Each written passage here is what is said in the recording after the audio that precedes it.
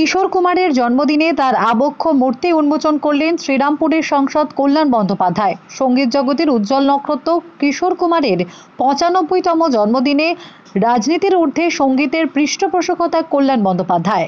Konnagar Surya Sen street এলাকায় রবিবার সকালে অনুষ্ঠানের মধ্য দিয়ে উদযাপন করা হয় কিশোর কুমারের জন্মদিন। আর সেখানেই ডিভিসির জল ছাড়া নিয়ে একেবারে বিস্ফোরক মন্তব্য করেন শ্রীরামপুর সাংসদ। এদিন কল্যাণ বন্দ্যোপাধ্যায় বলেন, কেন্দ্র সরকার একেবারে শিরদাঁড়াহীন একটি সরকার। বাংলার উপর অন্যায়ভাবে প্রতিবার প্লাবনের সৃষ্টি করছে। বাংলার জনগণকে বারবার বঞ্চিত করছে এই কেন্দ্র সরকার। বাংলায় দুজন বিজেপির এমপি ও দুজন এমপি আছেন, তারা একেবারেই বাংলা বিরোধী, এমনই মন্তব্য করেন সাংসদ কল্যাণ বন্দ্যোপাধ্যায়। বাংলায় দুজন বিজেপির এমপি আছেন, তারা একেবারেই বাংলা বিরোধী, এমনই মন্তব্য করেন সাংসদ কল্যাণ বন্দ্যোপাধ্যায়।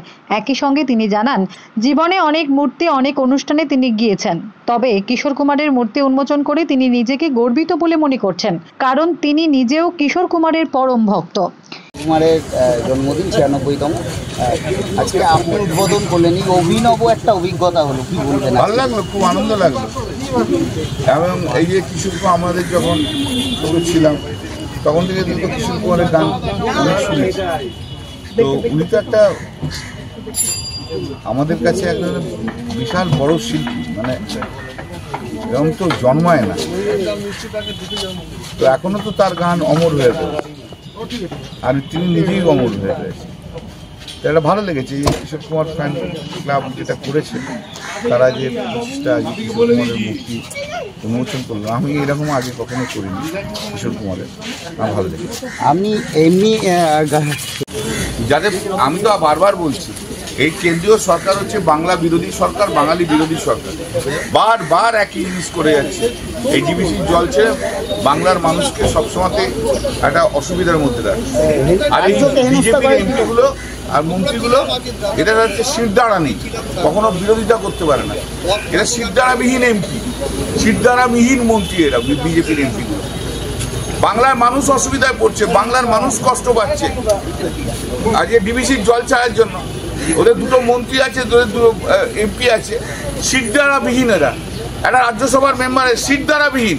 এরা পশ্চিমবাংলায় এরা ইরিলিভেন্ট হয়ে গেছে। বললেন মাথা খারাপ দলীয় কর্মী না আপনাকে বলে। ও রাহুল সিনহার সঙ্গে যারা থাকে তারা তো আমার দলের কর্মী না।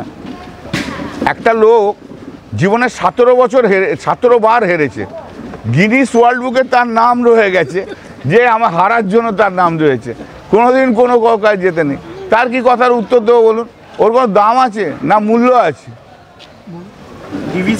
ডিভিসি নিয়ে তো চিরকালই এই অন্যায়টা আমাদের ওপর করে, পশ্চিমবাংলার ওপর, বাংলার ওপর এই অন্যায়টা হয়। মানুষ বন্যায় ভাসে, ডিভিসিতে জল ছাড়ার জন্য মানুষের অসুবিধা হয়। বারবার আমাদের মুখ্যমন্ত্রী মমতা বন্দ্যোপাধ্যায় এই জায়গায় বিরোধী বক্তব্য রেখেছে, তাও তার কনসেন্ট নেওয়া হয় না। কিন্তু তার চেয়েও দুর্ভাগ্যের ব্যাপার হচ্ছে, এই পশ্চিমবাংলায় যত বিজেপির নেতাগুলো আছে না, এমপিগুলো আছে, তারা জীবনে কোনোদিন প্রতিবাদ করলো না। আসলে এরা তো কোনোদিন লড়াই তো করেনি। সিপিএম জমানাতে এই রাহুল সিনহা থেকে আরম্ভ করে কাউকেই পাওয়া যায়নি। এরা কোনোদিন দেখতেই পাওয়া যেত না সিপিএম জমানায়, ভয়ে ঘরের মধ্যে শুয়ে থাকতো। এখন তৃণমূল আসার পর থেকে যেহেতু একটু গণতান্ত্রিক পরিবেশ তৈরি হয়েছে, তাই জন্য ওরা বেরিয়েছে।